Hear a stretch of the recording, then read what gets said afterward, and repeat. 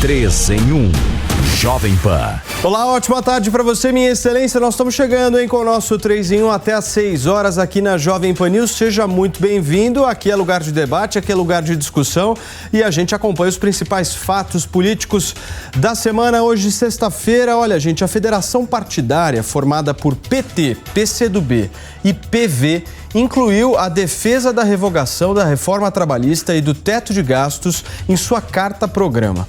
Um documento preliminar indicava o termo revisão da reforma trabalhista, que foi alterado após as discussões no encontro da direção partidária do Partido dos Trabalhadores. O PT acionou o Tribunal Superior Eleitoral contra o presidente da República por propaganda eleitoral durante a motociata que aconteceu na sexta-feira passada. De acordo com os advogados petistas, o envolvimento de Jair Bolsonaro foi ativo e proativo desde o início do ato.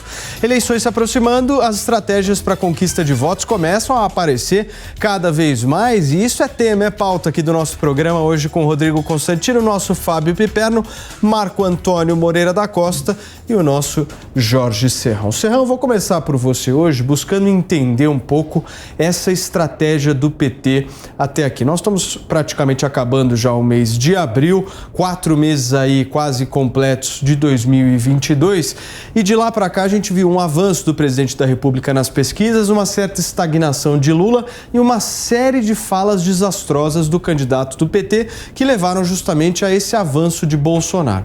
Daqui para frente, qual é a estratégia petista na sua avaliação? Saudações, meus amigos e amados haters. Essa estratégia está cada vez mais complicada. O PT está brigando até entre aqueles que vão decidir qual será a sua tática e estratégia de comunicação. Eles não estão se entendendo, estão muito preocupados com a possibilidade de crescimento concreto do Jair Bolsonaro, que ainda tem muito a mostrar.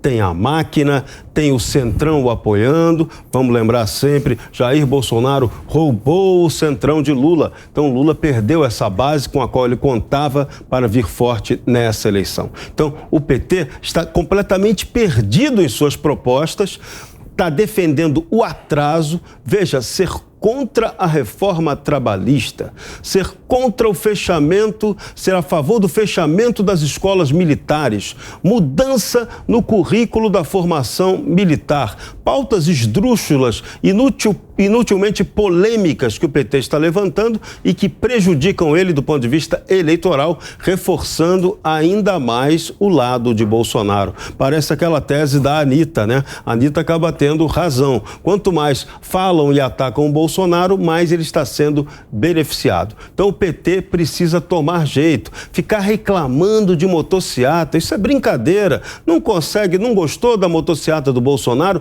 tenta fazer uma. Não consegue fazer, faz uma cachaciata. De repente na cachaciata até eu vou. Eu me disfarço lá de petralha e vou lá porque eu gosto, aprecio, sou um apreciador da boa cachaça. Se vocês fizerem, eu vou nesse evento de vocês. Agora, para de ficar enchendo o saco, para de errar tanto, mas o PT não tem mais a quem enganar. Lula é o candidato que desmoralizou a honradez. Ele não tem condição moral de disputar essa presidência. Foi reabilitado pelo Poder Supremo, que não é tão poder quanto ele pensa que é. O povo, sim, esse sabe e esse vai votar certo no final do ano. Pode ter certeza. Piperno, a gente já trouxe aqui no 3 em 1 a discussão do salto alto petista, né? Você, inclusive, acha que isso hoje não existe, que, enfim, há uma discussão natural, inclusive, de programação de governo.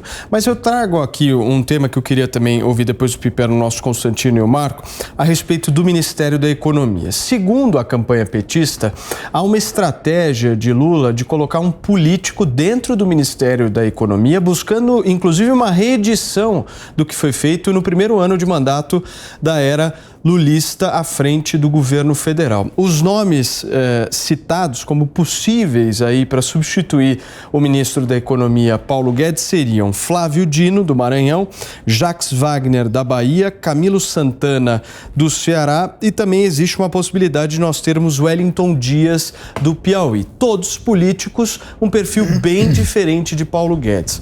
Como é que você vê isso? O salto, ele não está alto, ele está gigantesco?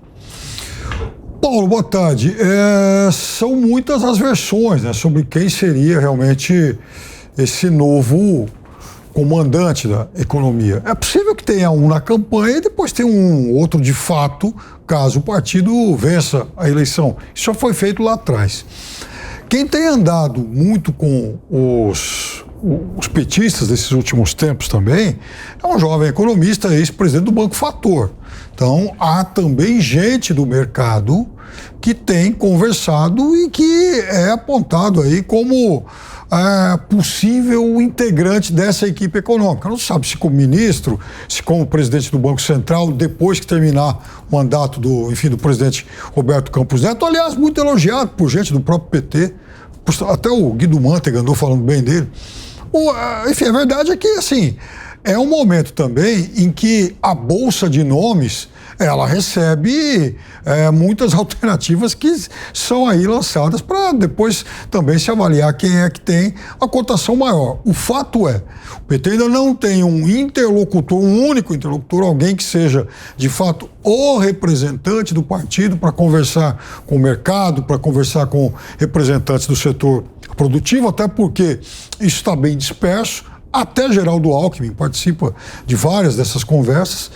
E o PT tem outros problemas, Paulo, e aí não é uma questão de salto alto. É uma questão também das contradições, dos problemas e das disputas internas do partido.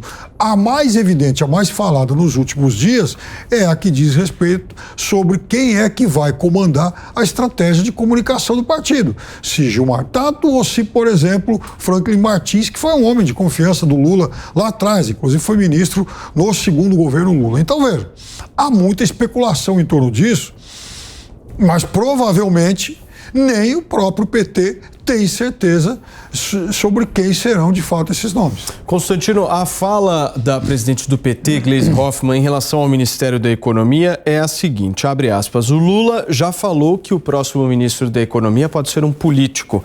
Ele não tem compromisso de botar um economista. Pode ser um político, mas é ele quem vai decidir, não há nada definido ainda. Ele sabe o que fazer na economia, não é o Bolsonaro. Boa tarde, Paulo. Boa tarde a todos. Pois é, não é o Bolsonaro que colocou o seu poste Ipiranga, um baita de um economista liberal como Paulo Guedes, né? O Lula sabe o que fazer. Colocou a Dilma, uma economista, como presidente, como seu poste. E deu no que deu. A questão não é ser economista ou não. Tem muito economista ruim aí. A turma da Unicamp, o Roberto Campos já dizia, né? Ou a gente acaba com a turma da Unicamp, ou os economistas da Unicamp acabam com o Brasil. E não deu outra, aliás, né, durante a era petista. Então, na verdade, o que o PT está fazendo é mostrar a sua verdadeira cara. E é uma carranca horrenda. A sua essência como partido, e eu não gosto nem de chamar de partido porque mais parece uma quadrilha criminosa mesmo, com um manto igualitário, coletivista, socialista. Na verdade, o PT está há 30 anos boicotando o Brasil.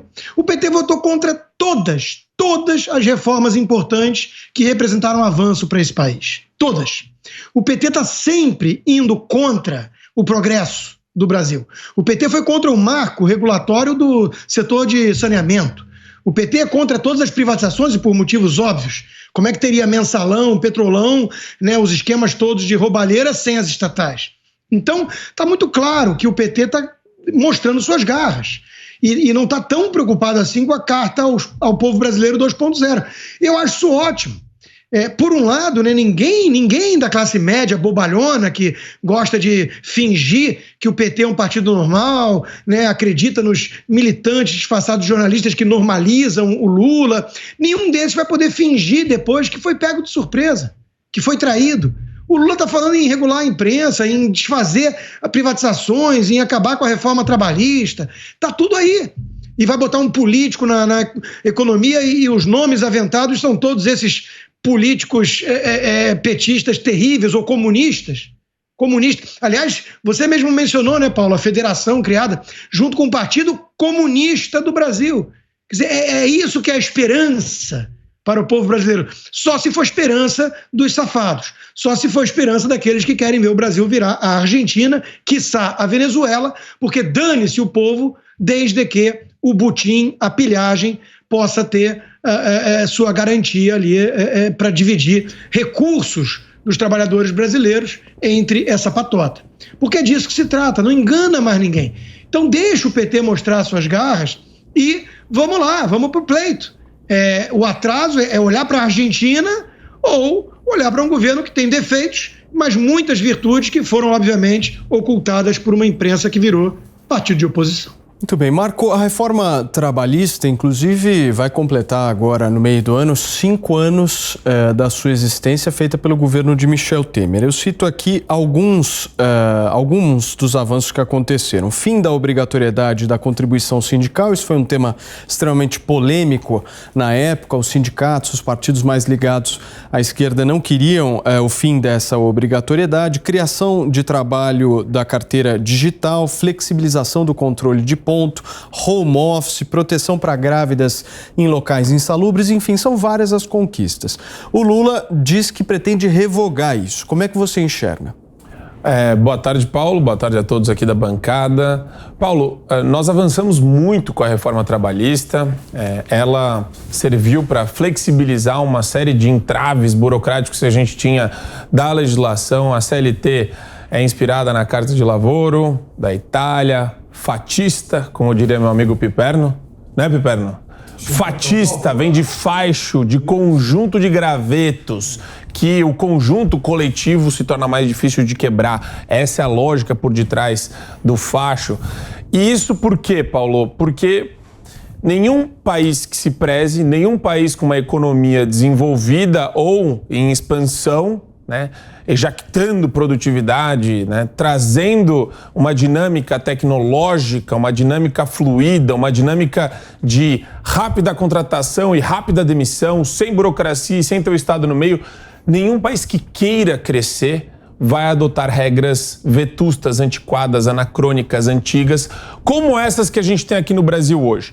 Porém, Paulão, a gente tem um problema aqui. A gente tem um grupo de socialistas, comunistas, de pessoas da esquerda que amam colocar o Estado no meio da relação entre particulares.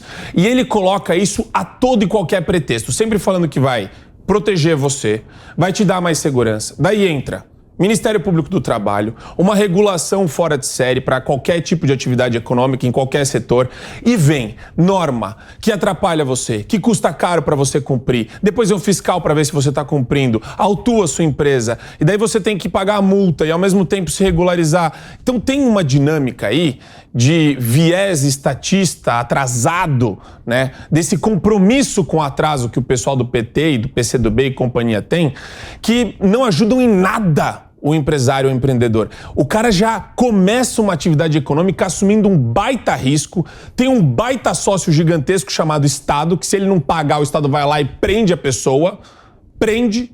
Então, você já está assumindo um monte de risco e ainda vem um safado falar que, não, eu vou defender aqui a segurança do trabalhador. Tem poucas áreas econômicas, Paulo, onde você precisa definir alguns critérios básicos de segurança. Até aí tudo bem. Agora, você estabelecer, Ministério Público do Trabalho, a farra de ações civis públicas, do Ministério Público do Trabalho, de termos de ajustamento de conduta do MPT, existe uma proliferação disso daí no Brasil que é inaceitável. Essa cultura de que existe alguém defendendo o trabalhador tem que desaparecer. Justiça do Trabalho, MPT, essas entidades não deveriam mais existir porque elas serviram como uma espécie de antro ideológico de defesa de uma visão atrasada marxista de conflito. E não é conflito, é cooperação. Não existe esse negócio de, se o empresário quiser, ele vai pagar o mínimo possível. Isso é uma bobagem, isso não faz o menor sentido. E até hoje a gente fica ouvindo esse discurso falido de esquerdista que se tem uma empresa, não aplica esse discurso na empresa dele. Deixa eu tentar entender um pouco dessa estratégia do PT e da pré-candidatura do Lula em relação à questão programática. Já vou te chamar, Serrão, para que você possa acionar o nosso VAR aqui no programa, mas essa semana aconteceu uma reunião programática entre PT e PSOL. As direções partidárias se reuniram, sentaram à mesa e, olha, existe um acordo para que o PSOL venha a apoiar o PT. Esse acordo, ele se baseia em 3 questões fundamentais. A primeira, a revogação da reforma trabalhista. E aí houve uma pequena discordância em relação a uma ala petista que preferia colocar nesse acordo o termo revisão e não revogação, mas venceu o termo revogação. O fim do teto de gastos e também a revogação da reforma previdenciária que aconteceu. Então, 2 reformas gigantescas que aconteceram e mais o teto de gastos. Esse acordo entre PT e PSOL se baseia justamente nisso. Do outro lado, vem o discurso de Lula buscando uma aproximação com o centro, que é um candidato mais moderado e traz Geraldo Alckmin para a história. Mas, Piperno, isso não gera uma certa desconfiança das pessoas? Porque no momento em que você sela um acordo programático baseado nesses termos que eu estou colocando e ao mesmo tempo traz o Alckmin, qual mensagem que está passando para as pessoas? Não é uma mensagem um pouco confusa? Ela pode, a princípio, ser uma mensagem um pouco confusa, sim. Os políticos vão ter a obrigação de, durante a campanha, mais à frente, aclarar isso aí, esclarecer as dúvidas, exatamente como foi feito, por exemplo, na campanha de 2002, quando o vice era José Alencar, um grande empresário, líder, inclusive, no seu segmento de atuação, pai do atual presidente da Fiesp, e isso foi feito e sem trauma nenhum do país, né? O país não passou a ter o controle social dos meios de produção por conta disso, né? Enfim, o Brasil não virou uma república comunista, o Brasil, aliás, teve o seu melhor e maior período de expansão econômica desde o início da redemocratização, né? Claro que há muita dor de cotovelo em relação a isso, mas teve, porque a China, não sei o quê. Ora, a China, aliás, é quem mais injeta dinheiro no Brasil até hoje. O ano passado, 1/3 das exportações do Brasil foram para o mercado chinês. E, aliás, isso está aumentando. Porque as commodities tiveram um boom. É verdade, as commodities tiveram um boom. Esse dinheiro, inclusive, ele foi usado para recompor as reservas cambiais, que, aliás, há muito tempo não aumentam, mas elas estão num nível bastante razoável aí, né? De mais de 350 bilhões de dólares. O Brasil quitou o que devia com o FMI, com o Fundo de Paris. Então, não foi um dinheiro que se rasgou, jogou fora. É um momento em que o país produziu muito. Por exemplo, hoje, a produção industrial do Brasil, ela regrediu a níveis de 2011. Isso é uma vergonha, né? Não tem nenhuma política industrial. Deixa eu trazer um pouquinho de pimenta para o nosso debate. Eu quero ouvir o Constantino, o Marco e o Serrão a respeito disso, porque de um lado é isso que me deixa intrigado nessa história. De um lado a gente tem uma questão programática radical da extrema esquerda, da esquerda brasileira, que justamente propõe tudo isso que a gente já está discutindo. Do outro tem um discurso político em público de Lula trazendo Geraldo Alckmin, fazendo algum tipo de aceno para o centro. De duas, uma. Ou ele vai mentir na campanha, ou simplesmente ele vai promover um governo extremamente radical. O que vocês acham, Serrão? Chama o VAR nessa história para mim. Eu chamei o VAR pelo seguinte: quando PT, PSOL, PCdoB e companhia querem fazer um acordo, querendo até trazer o Solidariedade junto, a proposta verdadeira deles, que eles não contam, eles querem a volta do imposto sindical, eles querem grana. Vamos traduzir para o português, claro, querem grana, possibilidade de manipular dinheiro via centrais sindicais, federações e sindicatos que sempre foram a força e o sustentáculo econômico do PT. Hoje está faltando dinheiro para o pão com mortadela nas manifestações. Por quê? Porque não tem mais o sindicato com aquele dinheiro sobrando para bancar esse tipo de operação. Então, no fundo, eles falam, vamos flexibilizar, vamos mudar, Não, eles querem dinheiro, eles querem o retorno do imposto sindical.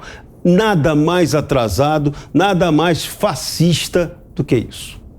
Fala, Marco, por favor. Olha, eu não consigo aceitar alguns argumentos que o Piperno usa, com todo respeito, Piperno. Por favor, mano. Ele fala essa lógica de virar e falar: vejam bem, meus caros amigos e colegas, o Brasil não virou socialista. O Brasil não virou um país comunista. Eu acho impressionante essa capacidade de mudar a realidade. Quando você fala em estatismo, quando você fala em inchaço da máquina pública, do serviço público, excesso de regulação, intervenção constante no domínio econômico, sem falar do ambiente cultural. Quer dizer, É um negócio, Paulo, que é óbvio que não vai ter um momento, eu não vou cravar para você e falar agora é comunista, mas o atraso, o problema para desenvolver, a letargia no desenvolvimento, a dificuldade de criar um ambiente econômico próspero, isso é socialismo. Essas dificuldades que a gente enfrenta hoje, de um país que podia estar lá na frente e estar lá atrás, é exatamente a mentalidade esquerdista que está atrasando, está segurando a gente que nem uma âncora. Então, é um processo gradual, inclusive cleptocrático, de dominação dos meios inteiros, aí, políticos, uma corrupção conjunta com a elite empresarial do país, que vai, que nem um polvo, né, jogando seus tentáculos em cima do poder, da máquina de poder e se procrastinando no tempo, até aquela falência que nunca vai falir, porque sempre vai ter um trouxa pagando imposto. Sempre vai ter um cidadão pagando imposto, que é o que acontece com os países falidos que existem hoje, que o Constantino repete. Fala, Constantino. Se eu ia falar mais ou menos o que o Marco está falando, mas eu tenho uma forma, antes de iniciar a minha argumentação, uma forma de resumir tudo isso que ele disse, perguntando algo ao Piperno. Piperno, a Argentina hoje é um país comunista ou socialista? A gente vai falar sobre isso ainda hoje, consta. Nós vamos falar sobre isso. Eu adoraria a resposta. Eu adoraria a resposta do Piperno. Sabe por quê? Porque a resposta, obviamente, é não. Daqui a pouquinho o Piperno vai responder isso. É exatamente o que o Marco Antônio está dizendo. Olha para a Argentina hoje. É um país lulista. É o que o Lula quer fazer com o Brasil amanhã. Aliás, um apoia o outro. O Fernandes apoia o Lula, faz o Lzinho, e o Lula apoia o governo científico, né, da Argentina. Veja, o Piperno, ele joga muita besteira e depois ele ainda ridiculariza quem fala da China e das commodities. O que nós temos que fazer naquela época é comparar o Brasil com o resto dos países emergentes. E eu digo para vocês o que aconteceu. Os países emergentes cresceram na média mais de 5% ao ano. O Brasil cresceu muito aquém disso, muito abaixo disso. Então, o Brasil perdeu inúmeras oportunidades. O Brasil não virou socialista. Não, ele virou ainda mais estatizante e cleptocrático. Vide o esquema todo de roubalheira, mensalão, petrolão, vide BNDES, seleção de campeões nacionais, recursos indo para Cuba, para a ditadura comunista amiga, companheira, em troca de garantias em charuto. Foi isso que aconteceu, só isso. Mas estava tudo uma maravilha. Tem muita gente com saudade.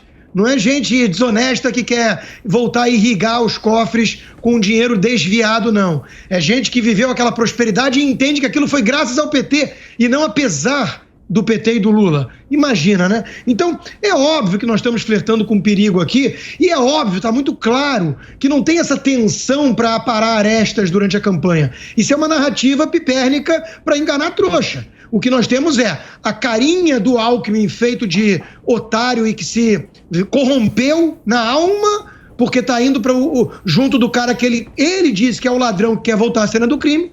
Ele disse, e não tem muito tempo. Então, ele está lá mostrando a face moderada para enganar a trouxa da classe média, para que venha por trás a turma toda da roubalheira e dos sindicatos fascistoides. É disso que se trata. O resto é encheção de linguiça. Fala, Piperno. Não, o que a gente viu foi um show de messianismo, estultice e discurso para convertidos idiotas, né? Então, é claro, né? Não tem nada que se leve a sério. Enfim, o Constantino vai virando uma figura messiânica. A Argentina, se acha, a Argentina, essa semana, aliás, anunciou imposto sobre lucro inesperado. Vamos falar sobre isso, Constantino. Esse é o futuro. Outro dia fechou um acordo com a FMI também. Mas o fato é que... Só não fala sobre a Argentina, hein, Piperno?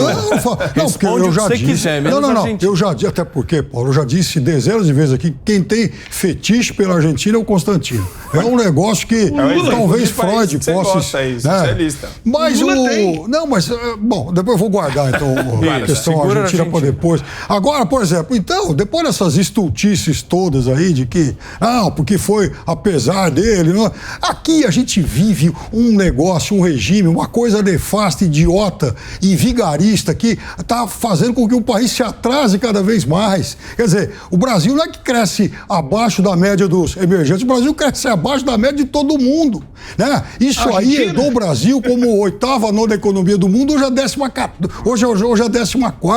Até a Bolívia cresce mais que o Brasil. Você está falando que a reforma trabalhista atrasou o país? Não, eu quero dizer que esse governo aqui, eu já disse isso aqui outro dia, ele vai terminar o ciclo, enfim, o quadriênio dele, como o quadriênio de pior crescimento da história da República do Brasil. Defender o quê? Pandemia! Ah, é claro, pandemia. Isso, a pandemia foi pra cá, não foi pros outros que estão crescendo mais. O que você está fazendo aí, Constantino? Escrevendo. Então, essa é a muleta. Ah, o crescimento do Brasil, um lixo. Pandemia. A indústria do Brasil não cresce desde 2011. Pandemia. O seu João foi traído pela Dona Maria. Pandemia. É assim. A roubalheira. Antes da pandemia, a roubalheira desindustrializou. Vocês iam fazer exatamente isso. Vocês são tão previsíveis. Tão previsíveis. A gente falou, quando vier a queda do PIB por fechamento de tudo, vocês vão culpar o governo Bolsonaro. Não, mas aí que tá o negócio. Então, vamos lá de novo, que a gente fala sempre aqui. 2019 não teve pandemia, o desempenho da economia foi ridículo. Foi ridículo sempre, com e sem pandemia. Era o ano das reformas e da retirada do Isso, ou seja, para fazer reforma tem que parar o país e não cresce o PIB. Esse é o manual, esse é o manual da economia Constantino.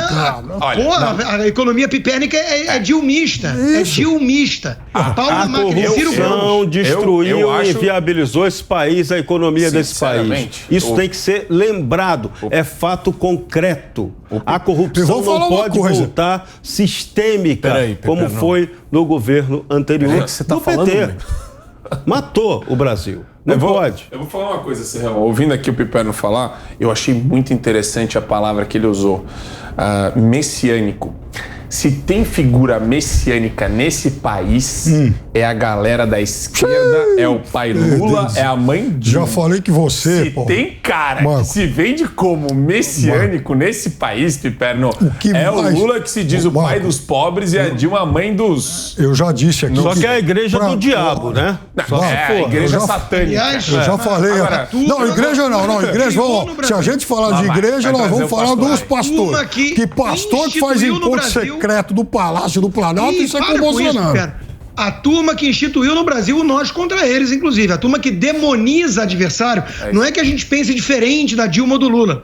É que nós não ligamos para os pobres. A turma que instituiu, ou você está com a esquerda radical, ou você é do mal, foi exatamente o PT que hoje esquerda radical na sua cabeça, Constantino. Pelo amor de Deus, ninguém fala isso. Mas é esquerda radical. Esquerda radical. Esquerda radical, O governo do Lula tinha, por exemplo, Luiz Felipe Furlan, Roberto Rodrigues, Henrique Meirelles. O que esses caras têm de esquerda, meu Deus do céu? Mas não são eles que definem o PT. O PT usa eles para manobrar a opinião pública. São todos inocentes úteis. Não, são pessoas que aceitam o cargo para ter algum prestígio e poder. Essas pessoas têm por trás delas o sistema financeiro, que foi quem comandou o esquema petista. Vamos falar então. E quer voltar agora. Vamos falar do país modelo, Piperno. A inflação argentina de março foi a maior dos últimos 20 anos. A expectativa é que o índice pode chegar até 70% ao ano. O resultado de março, 6,7%, contribuiu para acelerar as comparações com a Venezuela, até então líder absoluta e com ampla margem nos rankings de inflação na América Latina. A relação com a Venezuela se tornou uma questão incômoda tanto para o presidente Jair Bolsonaro quanto para o ex-presidente Luiz Inácio Lula da Silva. Piperno, eu quero que você me convença de que a Argentina está no rumo certo. Não, a Argentina não está no rumo certo há mais de 40 anos. A Argentina, depois do golpe espúrio nos anos 70, a Argentina só teve um momento de expansão econômica de algum equilíbrio, que foi no primeiro governo do velho Kirchner, Néstor Kirchner. Então vamos lá, a Argentina teve golpe militar, depois Alfonsín, que inaugurou o congelamento da economia e não chegou ao fim. Depois foi o Menem, das relações carnais lá com os Estados Unidos, também não resolveu. Depois se elege o De la Rúa, que cumpriu só 1 ano e pouco de mandato e caiu. Aí houve aquele momento em que a Argentina, em 1 ano, teve 5 presidentes. Duhalde foi o penúltimo e depois vem Kirchner. A partir do governo Kirchner tem algum equilíbrio, cresceu na primeira década do século, até 2011 e 12, e depois, de novo, ela entra em recessão, inclusive com o liberal Macri, e não saiu da recessão até hoje. Tem, de novo, uma inflação muito alta, a maior em 20 anos, no Brasil é a maior em 20 e tantos, em quase 30, em março. mas tem uma inflação muito alta, muito maior que a brasileira, inclusive, e, ao que tudo indica, Macri pode voltar. Agora, só tem uma coisa no governo Fernandes que a gente não pode ser injusto com ele. Alberto Fernandes assumiu o governo um ano depois do Bolsonaro. Ou seja, ele só governou a Argentina durante o período da epidemia. Ele não teve um outro ano antes para tentar consertar alguma coisa. O que você está rindo, Constantino? A bolha pipérnica é maravilhosa. Aliás, se fosse só um cara de extrema esquerda que nem o Piperno, vai lá. Mas tem alguns analistas aí, globais, né, que se vendem como liberais, né? E que fazem a mesma narrativa patética, né? A Argentina é complexa. O problema vem de 40 anos. Como se o Brasil não fosse complexo, né? E dominado pela esquerda e cleptocracia há 30, 40 anos. Mas vamos lá. O que nós estamos discutindo aqui, os números que o Paulo trouxe, são a segunda derivada, Piperno. É na margem. O que está acontecendo com a Argentina hoje é algo muito pior e mais grave do que com o Macri, que errou muito e abandonou a agenda liberal. Porque a Argentina é difícil, é complexa, né? Agora, o que está acontecendo hoje é que a Argentina está colando na Venezuela. E sob aplausos do Lula, que disse que defende o governo Fernandes e que o Fernandes fez, por sua vez, L de Lula. E que foi elogiado por jornalistas no Brasil, durante a pandemia, por adotar a ciência. A ciência, tá aí o resultado da ciência, dos Dorianas e companhia. Né? Então tá aí o resultado. Congelaram preços, seguiram toda a cartilha que o PT prega pro Brasil. Toda a cartilha na crise. Proibiram exportação de carne, vamos defender o setor estratégico, proteger o nacional. Toda a cartilha de um Ciro Gomes casado com Dilma e Lula. E tá aí o resultado. O filho é de vocês, olha só. O resultado que nós estamos vendo na Argentina hoje é o resultado inexorável do socialismo, dos meios socialistas. Tanto é que foi previsível o que ia acontecer com a Venezuela, pelo menos para mim, enquanto vários analistas, economistas, especialistas, entrevistados pela mídia, repetiam que o Chávez tinha um lado social importante. E eu estava lá falando, a Venezuela vai acabar. Quando a Argentina começou a fazer a mesma coisa, eu falei, a Argentina vai acabar. E está acabando. Então o filho é de vocês, quem pariu o Mateus que o embale. Não vem agora dizer que é complexa e que, coitado do... Agora a pandemia é o problema da Argentina. Quer dizer, olha como vocês são cara de pau. Não. O negócio é muito cara de pau. Cara de pau, você que acabou de escrever pandemia. Você escreveu num papelzinho aí, pandemia agora. Eu tô dizendo o seguinte. Olha o Brasil e olha a Argentina. Só que aqui teve um ano antes, teve um ano de governo antes da pandemia. Lá que já estava tudo errado, só teve governo durante a pandemia. Então agora o problema foi 2019. Não, não estou dizendo isso. Eu estou dizendo que você, com muita cara de pau, diz que o problema aqui é pandemia e lá não é só isso. Eu não estou dizendo nada disso. Eu estou dizendo que o problema da Argentina chama-se socialismo, o que, aliás, é pior que qualquer praga chinesa. Aliás, também, né? O comunismo também é uma praga chinesa. Mas pegando justamente do pensamento da ótica liberal, o Macri foi um fracasso para aqueles que defendem o liberalismo. Porque ele traiu o liberal peronomútil. Porque ele não entregou, né? O que vocês acham? Ele não entrega, né? Foi um liberal peronista. Ele estava defendendo no final o congelamento de preço. Era doidão. O Macri ele já é um tucano. Liberal o Macri não é um liberal, ele é um tucano. Ele é um tucano. É que para nossa imprensa chama tucano de liberal. O Macri é um tucano. Aí o tucano chegou lá e virou um Ciro Gomes. Aí deu nisso. Nossa senhora. É isso aí, mas é verdade. Não, o liberal com as práticas peronistas bagunçou completamente. O que esculhambou a Argentina, em essência, foi o peronismo, que é esse socialismo disfarçado, né? Tentando dar um nome local à Argentina, que não se aplica à realidade. A Argentina se desindustrializou. A Argentina criou um caos político para ela que hoje você não consegue se reverter. O povo argentino é extremamente educado, hoje aquilo lá é uma bagunça completa. As pessoas perderam a civilidade na Argentina. A pobreza e a barbárie tomaram conta de um país que se achava a Europa da América Latina, um país europeu na América Latina. Então isso quebra, isso alterou completamente a realidade. Além do que, pela influência socialista também, as ideias gramscianas, elas destruíram a capacidade de reação e pensamento da população população argentina, principalmente a juventude. A de lá está perdidaça, tá? Pior que na Venezuela nesse sentido. E é isso, a pergunta é isso que vocês querem para o Brasil? É isso que querem para o nosso país? Para com isso. Chega, Marco, atrás faz seu não. raciocínio, por favor. Não, eu só ia falar que a natureza humana, Paulo, e a gente toda hora tenta discutir, eu tenho certeza, do fundo do meu coração, genuinamente aqui, momento de abertura sentimental, eu sinceramente acho que o Piperno quer o melhor, como nós.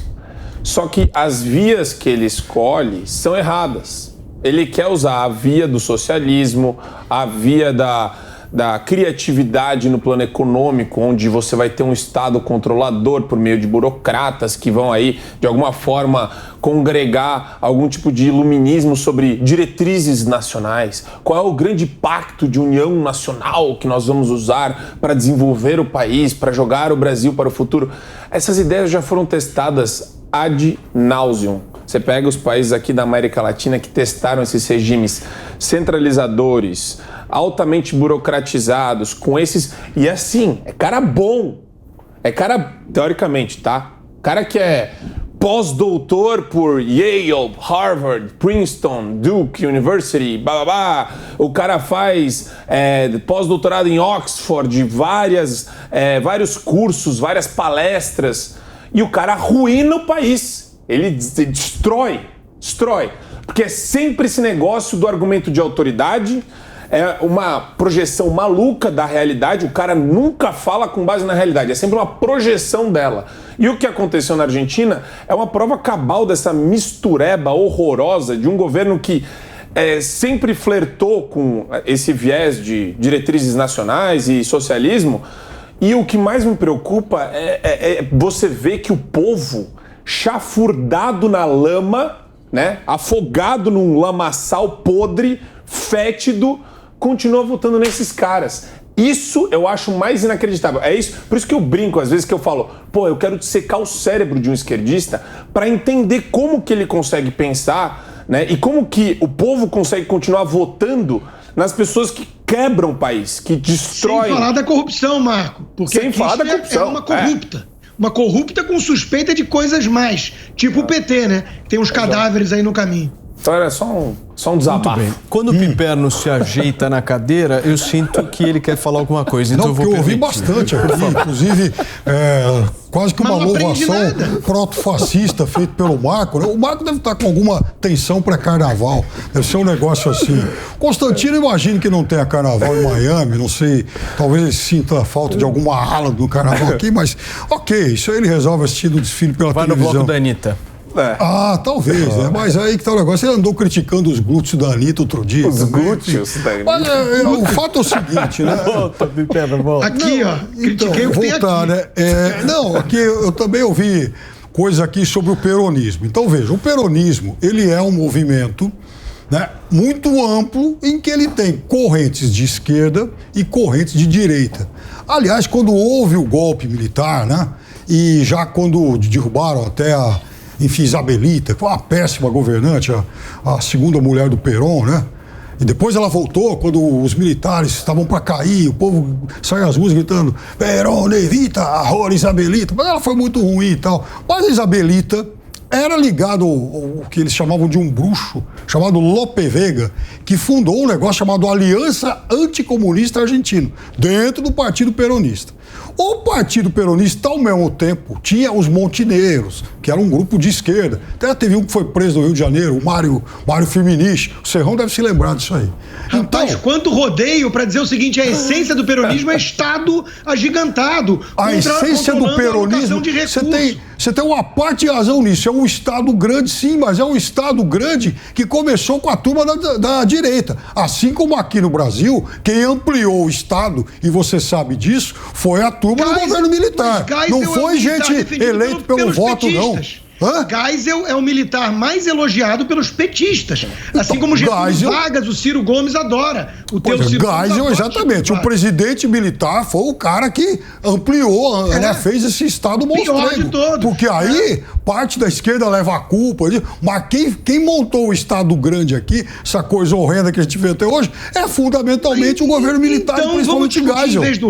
Vamos discutir em vez do rótulo os meios, os instrumentos, as premissas. Vocês defendem a alocação centralizada de recursos. Não deu certo. Você está dizendo isso. Mas o Ciro defende isso. O Ciro não defende isso. O Ciro não defende isso. O Ciro é a maior vertente de desenvolvimentismo que existe hoje na esquerda. O Ciro não defende isso. Aliás, o Ciro está sempre andando junto com empresários, grandes empresas. O discurso do Lula está pregando isso. Empresário e grande empresa, Pipero, não é sinônimo de livre mercado. Mas aí agora ninguém falou em fechar setor nenhum da economia. Ninguém fala em fechar setor nenhum.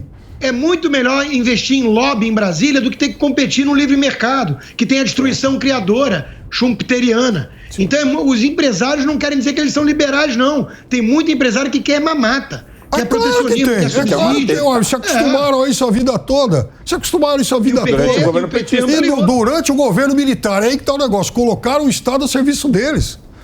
E o PT ampliou tudo. Não, o PT não ampliou, não, Constantino. Essa história que ampliou é conversa. O PT não desmontou. E se você quiser, se você disser que o PT não desmontou a grande parte daquilo que ele... Seleção de campeões nacionais. BNDES desembolsava 30 bilhões por ano quando o Lula assumiu. Passou a desembolsar 200 bilhões por ano. O BNDES desembolsa muito dinheiro até hoje. E, aliás, o Brasil também desembolsa muito dinheiro até hoje, até para subsidiar a nossa agricultura.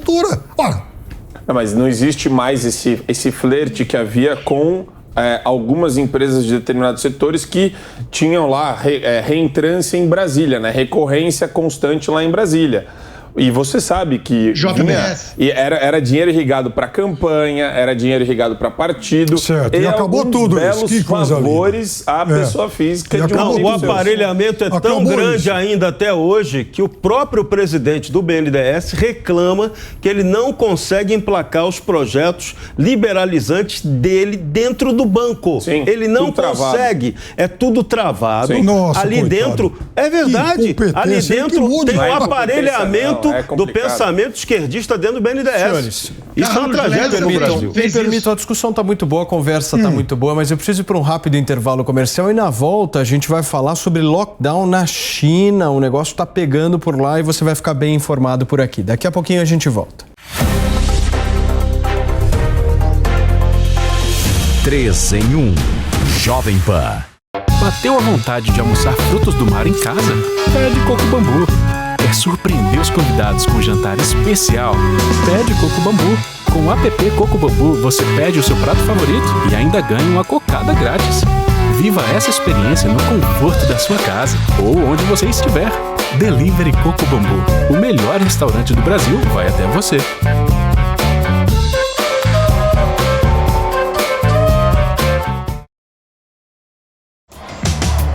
Vai ser ponto? Quer apostar? Transforme seu conhecimento esportivo em dinheiro. Bob, o melhor site de apostas do mundo, agora no Brasil. Acesse vaidebob.com e invista no seu conhecimento. Acesse vaidebob.com. Bob Brasil Unbet. 3 em 1. Jovem Pan. Nós estamos de volta aqui na Jovem Pan News com o nosso 3 em 1 nesta sexta-feira, hoje dia 22 de abril. A gente vai falar de China agora, porque as autoridades de Xangai registraram as primeiras mortes por Covid-19 do mais recente surto que está acontecendo na cidade sob confinamento há várias semanas. São 3 as pessoas que infelizmente morreram. A totalidade de mortes na China causada pelo novo coronavírus aumenta assim para 4.641 pessoas. A maioria dos 25 milhões de habitantes de Xangai está confinada em suas casas pela 3ª semana. O governo chinês continua a implementar uma estratégia de tolerância zero à doença, que inclui o isolamento de todos os casos positivos e o bloqueio de cidades inteiras. Aí a pergunta que fica é: até onde podem ser confiáveis esses números que estão sendo divulgados em relação à Covid-19 pelo governo chinês? É o tema que a gente traz aqui para o nosso 3 em 1. Eu começo por você, Marco. Dá para acreditar que são 4.600 mortes? Paulo, isso daí é a piada do século, né? A gente está falando de um partido comunista chinês aí que é uma máquina de propaganda, uma máquina profissional de propaganda. A gente está falando de um partido, Serrão, que tem 70 milhões de filiados. Você confia em alguma coisa que vem da China, Piperno? É impossível confiar em qualquer coisa que venha de um país que tranca você na sua casa em Xangai sem aviso prévio, meu cara. Você confia, Piperno? Claro que não. Você não confia em ninguém que vai te trancar em casa. Confia ou não confia, que tem Piperno? O cachorrinho, o robô que vai passar na rua, que tem o drone que vai passar em cima da sua casa. Se você confia, então você tem algum tipo de tara por autoridade aí. Não, o Marco continua muito acelerado. Minha atenção para carnaval, como eu já disse aqui. Não, pera, deixa eu só concluir. Por favor, conclua. É impossível, Paulo, é impossível confiar num governo que tem um campo de concentração dos uigures a céu aberto. Assim, tem outras formas de desenhar isso? Não. Vamos desenhar a política de um filho só, de filho único lá da China, que foi aí alvo de quantos milhões de abortos, e abortos induzidos, perseguição das mães, perseguição das famílias que queriam ter mais de um filho. É tanta coisa, restrição à liberdade de expressão. Você não tem Google, você não tem nenhum tipo de empresa, Facebook, onde os chineses consigam se comunicar. Restrição ao direito de ir e vir. Você tem status social lá. Se você perde status social, você não consegue pegar um trem para a cidade vizinha. O governo está te monitorando 24/7. Como que dá para confiar em qualquer porcaria de informação que vem de um país desse? Nada. Vamos lá. Piperno, você confia ou não confia nesses números? Responde pra gente, por favor. Paulo, é claro que as cifras, elas jamais são confiáveis. Agora, veja, quando o governo dá esse número de mortos, independentemente de ter, enfim, subestimado isso aí, a verdade é que ele já mostra, ele já deixa evidente que há uma preocupação porque a curva está em alta. Provavelmente morreu mais gente, os casos são em números muito maiores, e isso só acaba amplificando uma questão que é muito séria, um problema que é sério. Imagina, por exemplo, se essa pandemia tiver um repique na China. A China do tamanho que é, super populosa como é, a China conectada com o mundo como a gente sabe que é. Então, é óbvio que eu não sei medir, eu não saberia apontar enquanto isso aí foi, enfim, minimizado. Mas o que está muito evidente é que o problema talvez seja mais sério do que a gente consiga entender. Até porque é uma China que já, de novo, coloca o pé no acelerador, com expansão econômica menor, o que impacta a economia mundial, principalmente num ano de fim de pandemia, mas de começo de guerra. Mas, Piperno, do ponto de vista de saúde, isso é efetivo? O que Xangai está fazendo é efetivo? Trancar as pessoas em casa? Sim. Paulo, é aquela coisa. Xangai é uma mega metrópole. Ele tá com medo de responder que você defende o lockdown? Medo de responder. Tá com É o seguinte, quanto menor a circulação, menor a contaminação. É efetivo ou não é? Eu tô limpando uma lágrima aqui, claro que não, né? Eu tô limpando uma lágrima aqui porque o Piperno é uma pessoa tão ingênua, né? Iludida, que ele acredita na intenção abnegada e bondosa dos tiranos. Eu falei isso?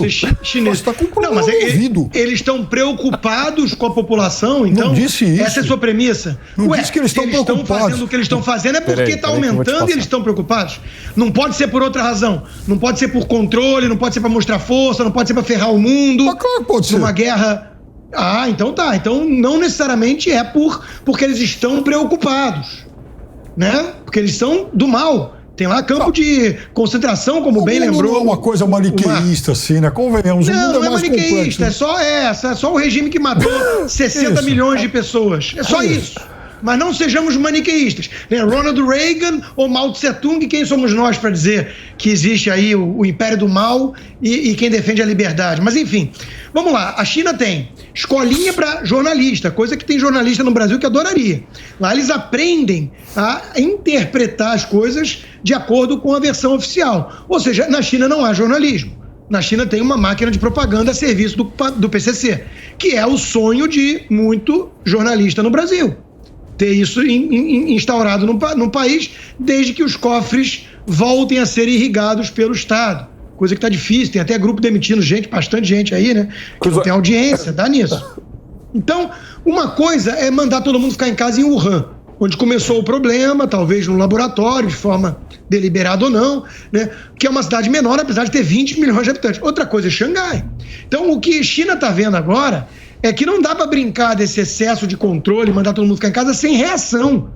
Então, o bicho está pegando. E está pegando por isso, porque o grau de truculência que uma tirania precisa usar, precisa lançar a mão para manter uma megalópole trancafiada, não é o mesmo do que uma cidade menor.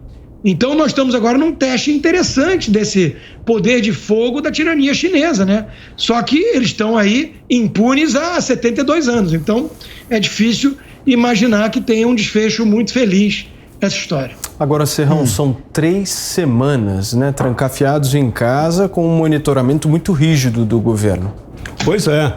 Xangai vai passar pelo teste, o maior teste desse laboratório de engenharia social que foi colocado em prática depois que a pandemia estourou no mundo.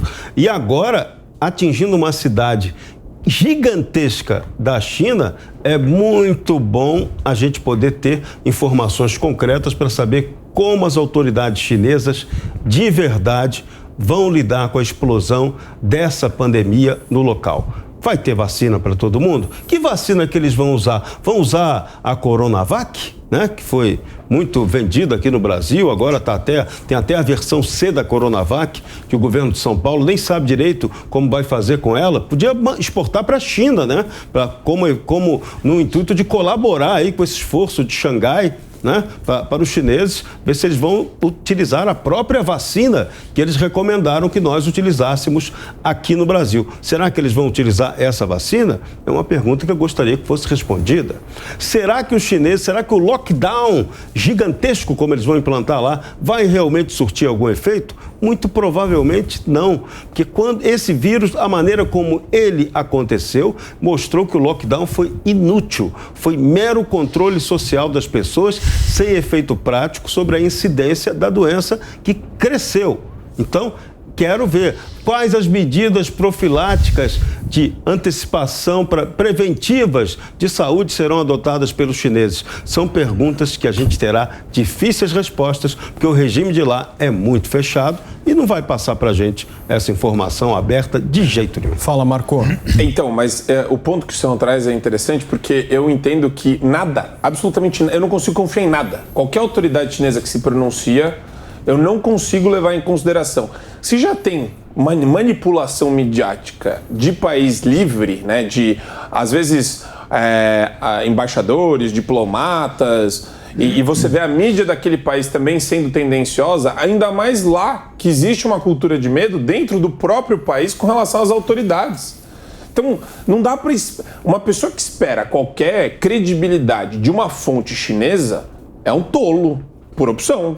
E Marco, essas mortes, elas abrem mais suspeitas ainda sobre esses dados, né? Porque até o momento, um jornal chinês estava investigando justamente as suspeitas dessas mortes, foi censurado. Agora há essa divulgação de um número absolutamente pequeno. Nós estamos falando de 10 mortes em 2 dias. E outra coisa, eu não gosto de alardear nada, porque eu já acho que a mídia já é naturalmente alarmista demais com relação à pandemia, incutindo nas pessoas ainda essa cultura de medo que até hoje eu vejo gente andando na praça de máscara, coloca máscara no cachorro, coloca máscara na criança de 3, 4, 5 anos, que já é um absurdo.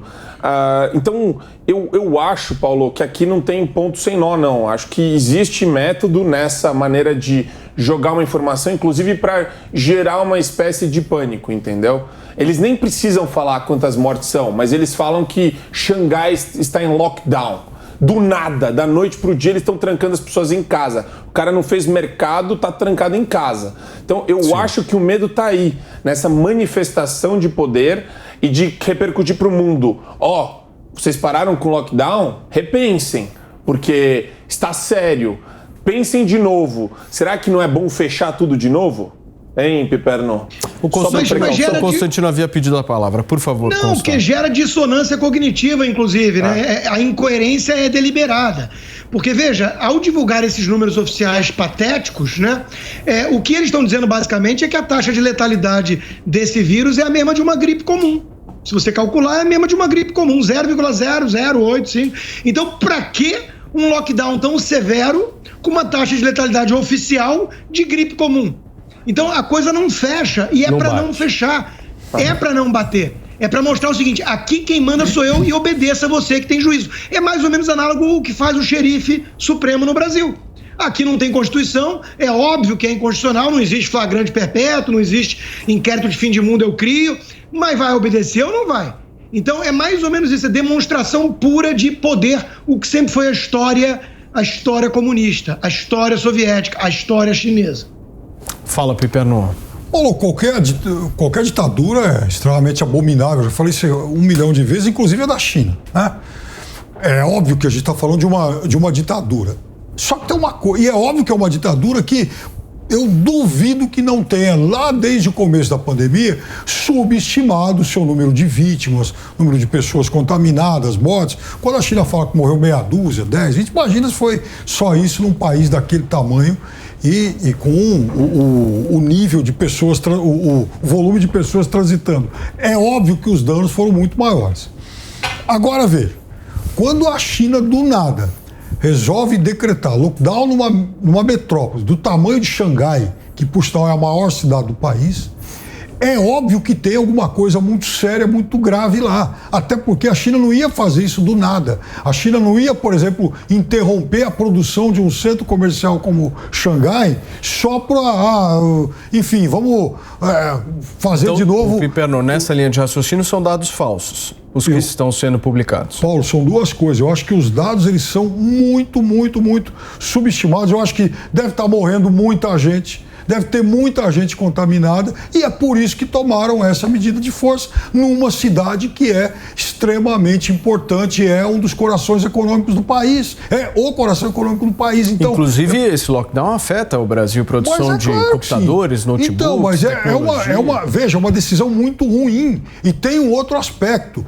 O presidente Xi Jinping está em final de mandato. A China não tem, obviamente, eleições diretas antes que alguém me pergunte. Mas o Comitê Central do Partido Comunista pode reconduzi-lo ou não. É péssimo para ele, inclusive, ter que lidar com uma questão como essa agora, às vésperas dessa escolha, né, do novo mandatário. Então, a minha suspeita é de que lá esteja acontecendo alguma coisa muito grave. Fala, Marco. É ditadura. É péssimo. O Piperno está presumindo que é uma democracia, é péssimo para condições. O cara manda matar. O cara manda matar. Não minta, Marco. O cara manda matar. O cara é opositor. É opositor. Não. Eu acabei de falar que é uma ditadura que provavelmente escondeu números e uma ditadura que continua escondendo e provavelmente agora tem que fechar.